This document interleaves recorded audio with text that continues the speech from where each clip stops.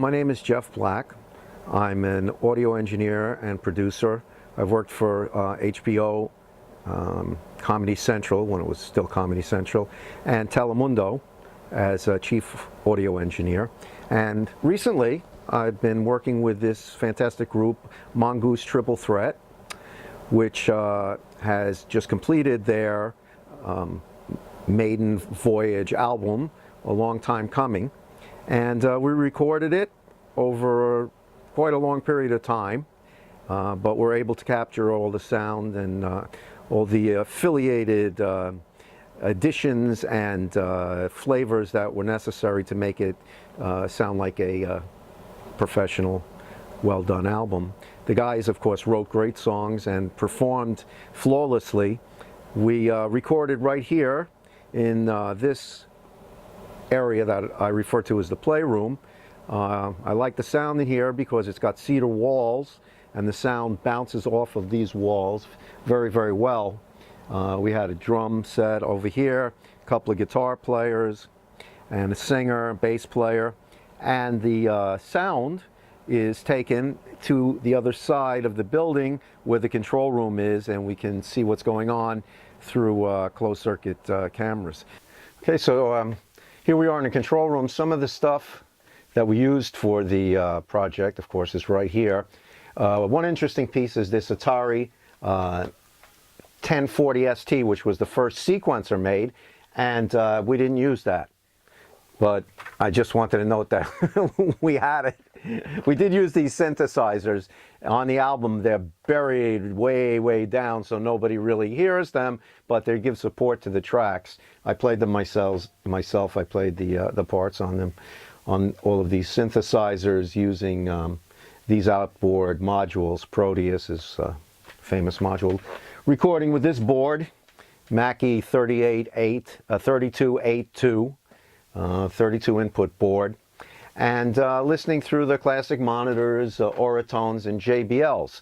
This room is completely isolated from the other room. I could see what was happening on this ancient dinosaur TV monitor over here and see the guys playing, and was able to communicate back and forth with them. After I sent the material out to be mixed, I brought it back in here, and I have some mastering compressors and a bunch of outboard gear for mastering, and I mastered it. Basically, the idea of mastering is to sequence the album, even out the tracks so that they're all of the same level, but most important, it's so that it can be played on any system, be it your car or an old stereo system or on your phone or anywhere, and it sounds the same, and it works. A lot of pieces only sound good on certain speaker sets or certain systems, but a well-mastered album will be able to be played on any form of playback, be it the very smallest from your iPhone to the very largest, you know, in a dance hall or anything like that. And it's not an easy task because the songs are basically very much different from song to song, and the frequency response and the dynamics are different from song to song. So to try to even it out without squashing one song and making another song too loud is an interesting task. It's actually my favorite part of the recording process. The actual recording itself, putting up the microphones, getting it down to the disc, onto whatever medium it is that we're recording to. We record it to hard disk, is a tedious job. The mixing, which is kind of a fun thing to do, is a very involved process, using a lot of plugins and a lot of different effects to enhance the sound, equalize the sound, in other words, treble and bass, mid-range, even it out, blow it up, put on some reverberation, echo, that sort of thing.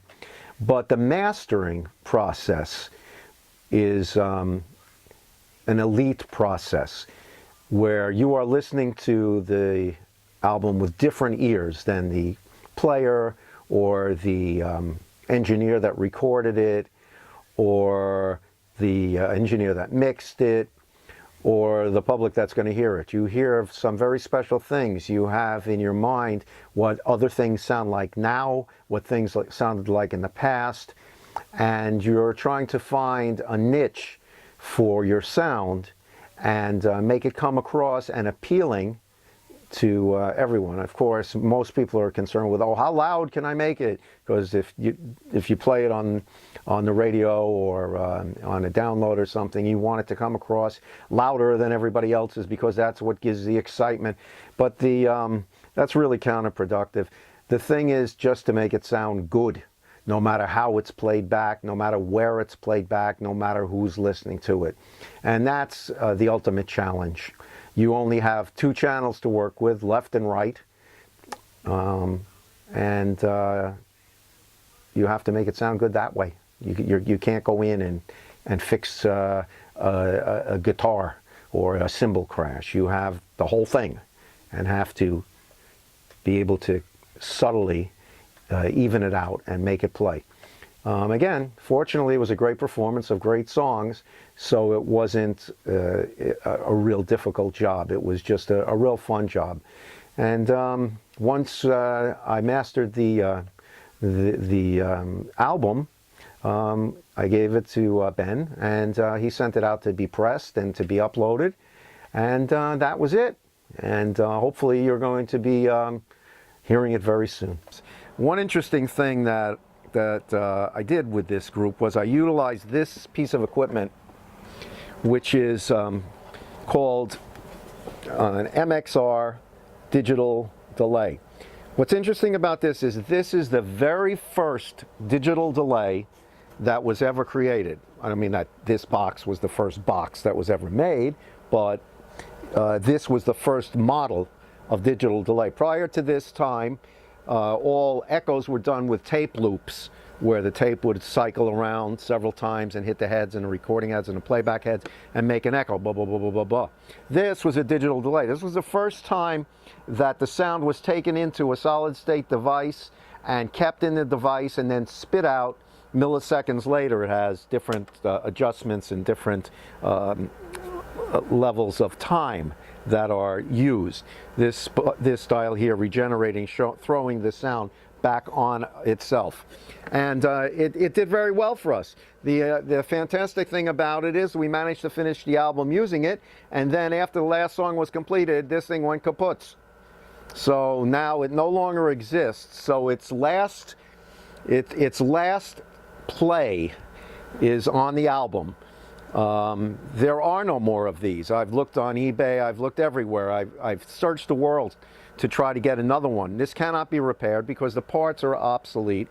They're not microprocessors in here, they're integrated circuits that are no longer made, and the box cannot be used anymore. But we did manage to get it onto the album, and it plays very well on Ben, the lead singer's voice, and thickens it up and makes it sound really, really in front of the mix.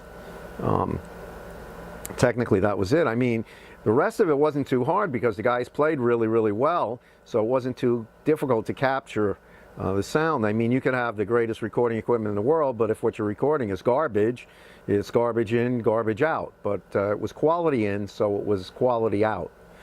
And I'm very proud of what was accomplished, and was very, very pleased after I heard the final playback. I recorded it and produced it, but I didn't mix the album. It was sent out to a third party, Matt Green of Green Screen Productions, who actually mixed it, and then he sent it back to me, and then I mastered it.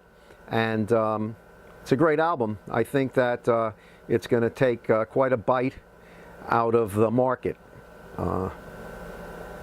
It's just good, and I enjoyed doing it.